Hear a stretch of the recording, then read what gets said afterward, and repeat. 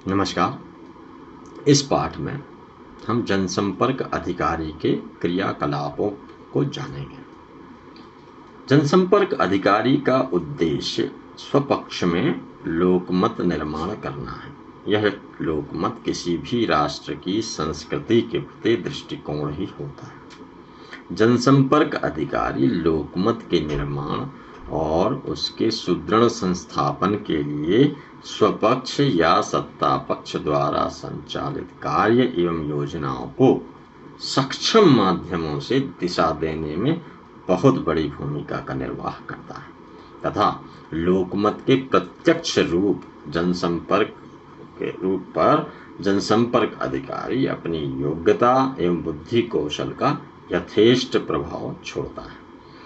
जनसंपर्क अधिकारी जब लोकमत निर्माता बनकर हमारे सामने आता है तो उसके कुछ कर्तव्य स्पष्ट होते हैं जो हमारे सामने, वो है कि उसकी समस्या की समझ होनी चाहिए, संदेश रचना, संदेश प्रसार, प्रचार उपकरणों का प्रयोग और मूल्यांकन, ये उसके क्रियाकलाप। जैसे समस्या की समझ, किसी भी जनसंपर्क अधिकारी को अपने पक्ष को भली भांति समझना होता है, क्योंकि स्वपक्ष की नीति, कार्यक्रम एवं अपेक्षाओं को बिना जाने जनसंपर्क अधिकारी अपने पक्ष की पैरवी अच्छी तरह से नहीं कर सकता। विरोध होने पर तर्कपुष्ट निष्कर्मों के अभाव में स्पष्ट ढंग से जनसमाज को नहीं समझा जा सकता है।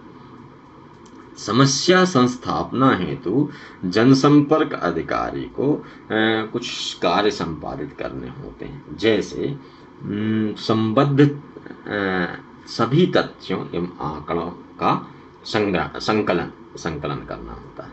उपलब्ध आंकड़ों का यथार्थ परिप्रेक्ष्य में विश्लेषण, समस्या का क्रमबद्ध अध्ययन तथा पक्षों के मतों का संग्रह, और चौथा, समस्या संबंधी विविध विरोधी एवं समस्या परक गुण द्वेषों का विवेचन।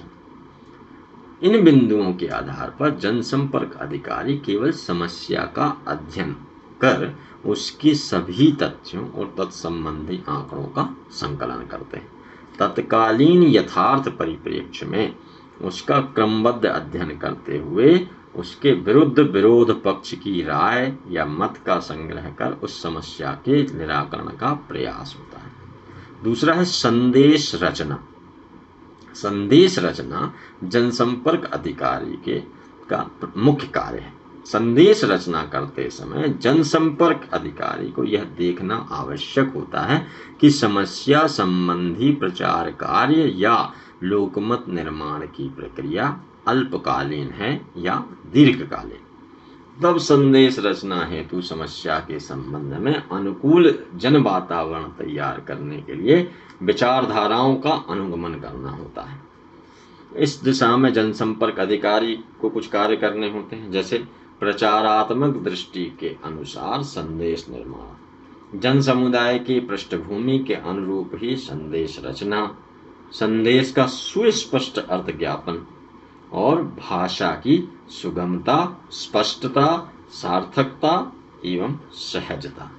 यदि जनसंपर्क अधिकारी कुशल है तो क्षेत्रीय संस्कारों, रीति रिवाजों, तत्कालीन वातावरण और समाज में प्रचलित मान्यताओं के संदर्भ प्रासंगिकता में ही संदेश रचना करता है। उसे यह देखना भी है कि संदेश रचना की प्रक्रिया के तीनों अंग, संदेशदाता, संदेश और संदेश संग्राहक की एक सूत्रता है या नहीं।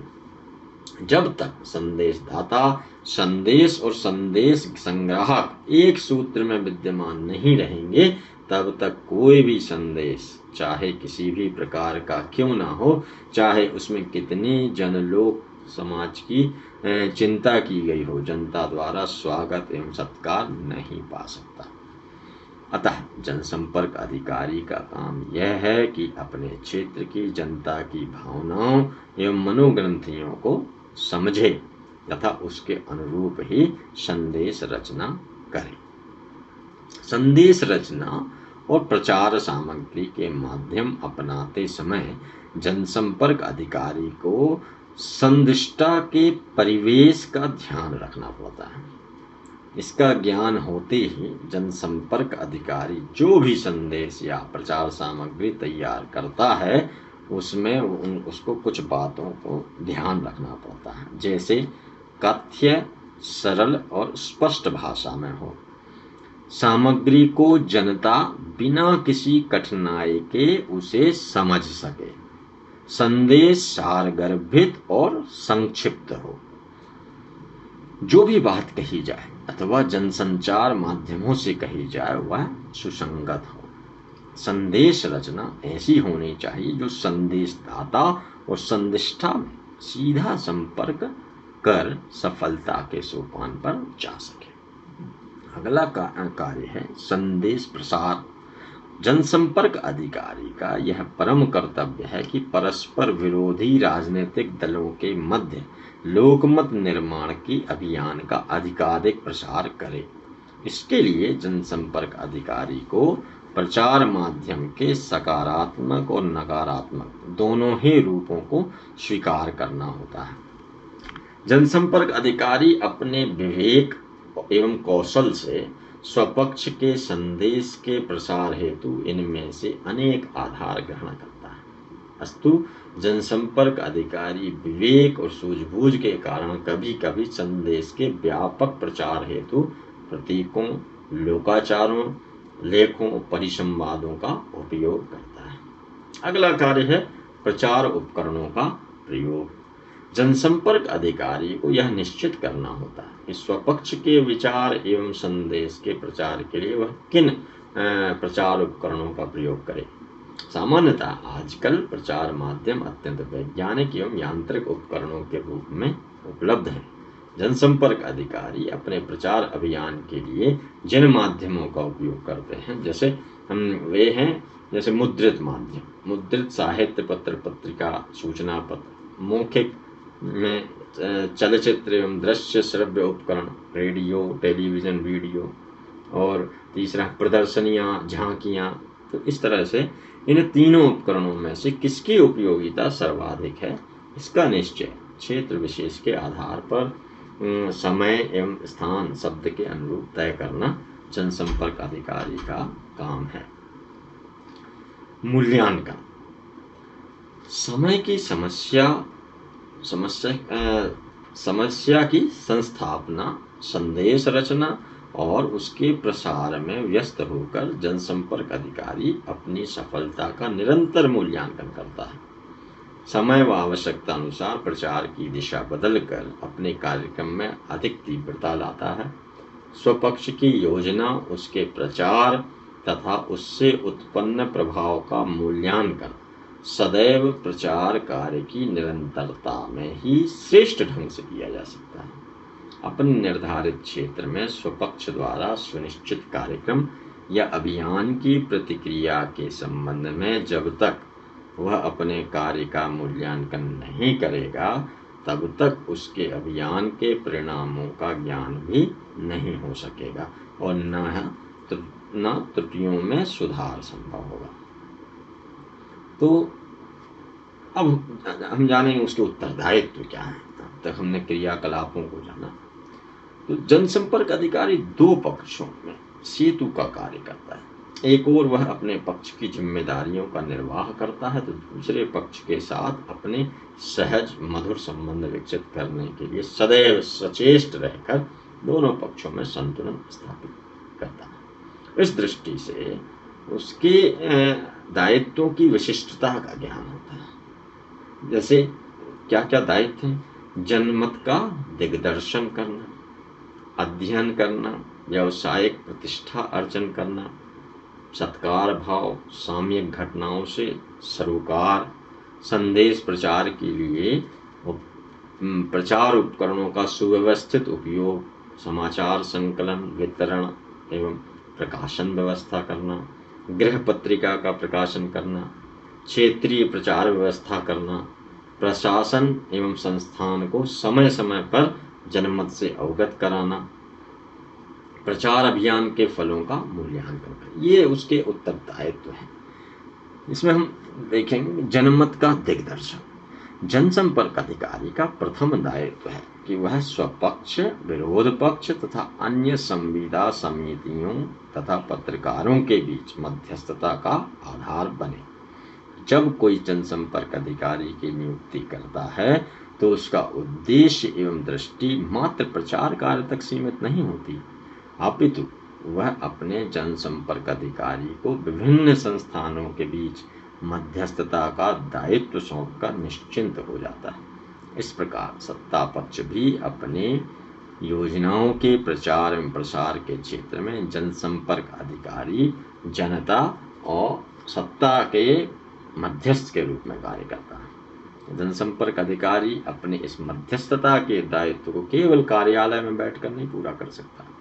इसके लिए उसे निरंतर उस जनता तक पहुंचना अनिवार्य होता है जिसके प्रतिनिधि के रूप में वह सत्ता पक्ष प्रशासन में आया है।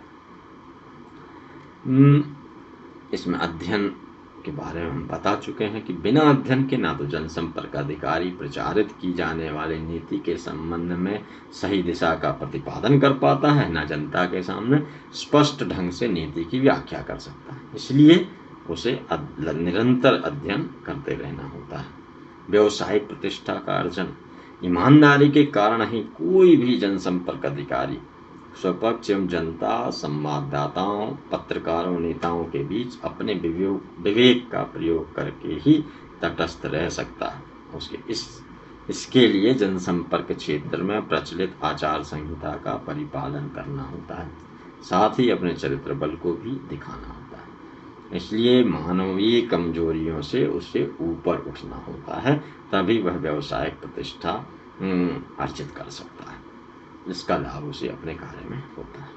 सत्कार भाव अब एक उसकी दिनचर्या का अंग हो जाता है। इसके साथ ही विषम से विषम परिस्थितियों में भी जनसंपर्क अधिकारी अपने पद दायित्व के अनुरूप विनम्रता और संयम का पूरी तरह निर्वाह करता है। उसका काम तो नियोजक या स्वपक्ष की योजनाओं के प्रति जनमत तैयार करना तथा अपने प्रचारोद्देश्य की पूर्ण सफलता करना है। ऐसी स्थिति में किसी विवाद या मत भिन्नता से दूर रहकर विरोध पक्ष के लोगों के साथ ही आदर, सत्कार, विनम्रता के व्यवहार से वह अपने उद्देश्य की पूर्ति में सफल होता है। सामयिक घटनाओं से सरोकार। उसे सामयिक घटनाओं का विधिवत ज्ञान रखना होता है तथा तार्किक ढंग से मनन भी करना होता है। इस दृष्टि से प्रत्येक जनसंपर्क अधिकारी अपने व्यक्तित्व का विकास करता है तथा अपनी सृजनात्मक शक्तियों को उजागर करने का अवसर पाता है। सत्ता पक्ष में नियोजित जनसंपर्क अधिकारी को केंद्रीय, प्रांतीय एवं राजनीतिक गतिविधि के साथ सरोकार रखना आवश्यक है। इस दृष्टिकोण को अपनाकर सत्ता पक्ष की दलीय राजनीति का विवेकपूर्ण विश्लेषण, विरोध पक्ष की भूमिका, सरकारी और औद्योगिक संस्थानों की मशीनरी की योग्यता और कुशलता के प्रति उसका सरोकार निरंतर बना होना आवश्यक है। वह किसी एक पक्ष की ओर से आंख बंद करके नहीं रह सकता। जनसंपर्क अधिकारी की आचार संहिता उसे बाध्य करती है कि वह सरकारी या संस्थानों की रीति नीति के अनुसार कार्य करते हुए अपने निजी विचारों और विवेचनों से दूर रहे। संदेश प्रचार के लिए प्रचार उपकरणों का प्रयोग आपको हम बता चुके हैं। समाचार संकलन, वितरण, प्रकाशन व्यवस्था, गृह पत्रिका का संपादन, उसका प्रकाशन, क्षेत्रीय प्रचार, प्रशासन को जनमत से अवगत रखना, ये अपने परिणामों का मूल्यांकन करना, यह जनसंपर्क अधिकारी के कार्य है। इस पाठ में बस इतना है। नमस्कार।